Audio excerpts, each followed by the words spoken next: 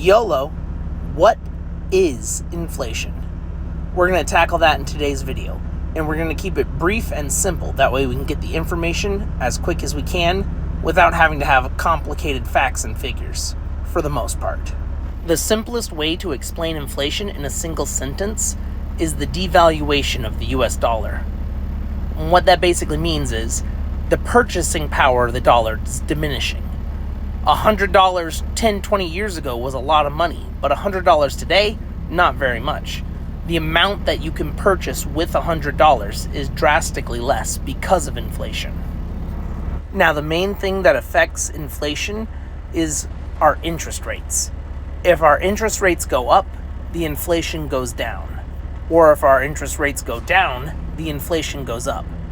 And this is by and large how it typically works. It's not 100% going to act that way because there are many factors to it, but to keep things simple, this is how it operates. But one thing you have to keep in mind is even when inflation goes down, that doesn't mean prices are going to go down. That just means how fast prices increased will slow down, but the prices will never go back to what they once were.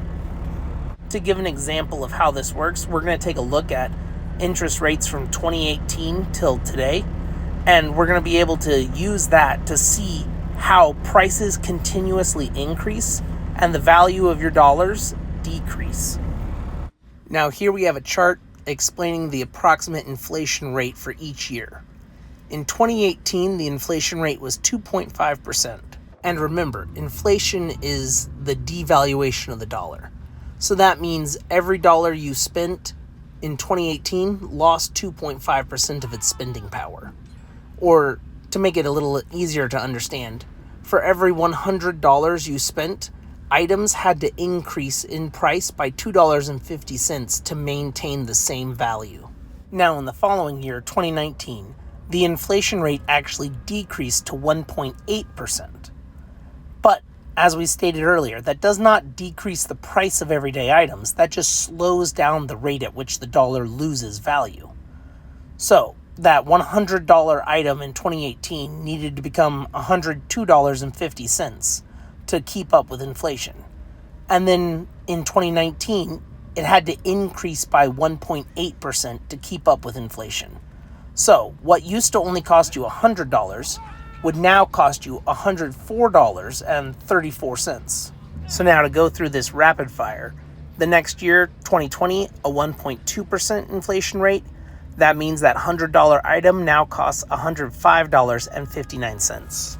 The following year, 2021, 4.7% inflation brings that $100 item up to $110.55. The following year was roughly 8% inflation, making that $100 item now $119.39. The next year, we're at about a 4.1% inflation rate, bringing that item to $125.24. Then last year, 2024, the inflation rate was about 2.9%, bringing the price to $128.87. And we're not going to do one for this current year since it's not fully over, but now you can see that inflation has caused the prices to increase by $28.87. Now, that doesn't sound so bad, but you got to remember that's based off spending $100 in 2018 compared to today. So for simple math, let's say that in 2018 your rent was exactly $1,000 a month. Now, your landlord had to increase the rent prices over the years to keep up with inflation so he can pay his property taxes and still make a profit because he's running a business, not a charity. Well, that means your rent would increase by $288.70 each month to keep up with inflation. Or by the end of the year, you're paying an extra $3,464.40. And you have to remember, that's only for your rent. Gasoline prices increased, television streaming services increased, music, food increased. Everything increases based off of inflation. And when inflation decreases, the prices will still climb, but they won't climb as quickly. Now, inflation is a really good thing if you're an investor, say you own stocks or houses or gold, because the price of your house will increase. So when you sell it, you'll make more money. The price of your stocks will all increase. The gold that you hold will gain value. This is what they mean when they say the system is rigged and the rich get richer and the poor get poorer. Because if you're already struggling to afford things, give it a couple of years, things will cost even more money. You'll have to keep working harder, longer hours for less and less, while the rich will have to work less and less and obtain much more. Now, there is a way to combat this in your own life, and that's through investing. Now, I am not a financial advisor or a fiduciary, so I can't give you financial advice on what to invest in. But what I can tell you is leaving your money in a savings account is one of the safest ways to go broke. The amount they give you in interest will never outdo inflation, so you need to invest in something.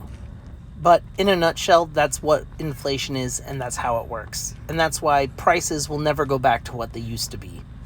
Things will only get more expensive.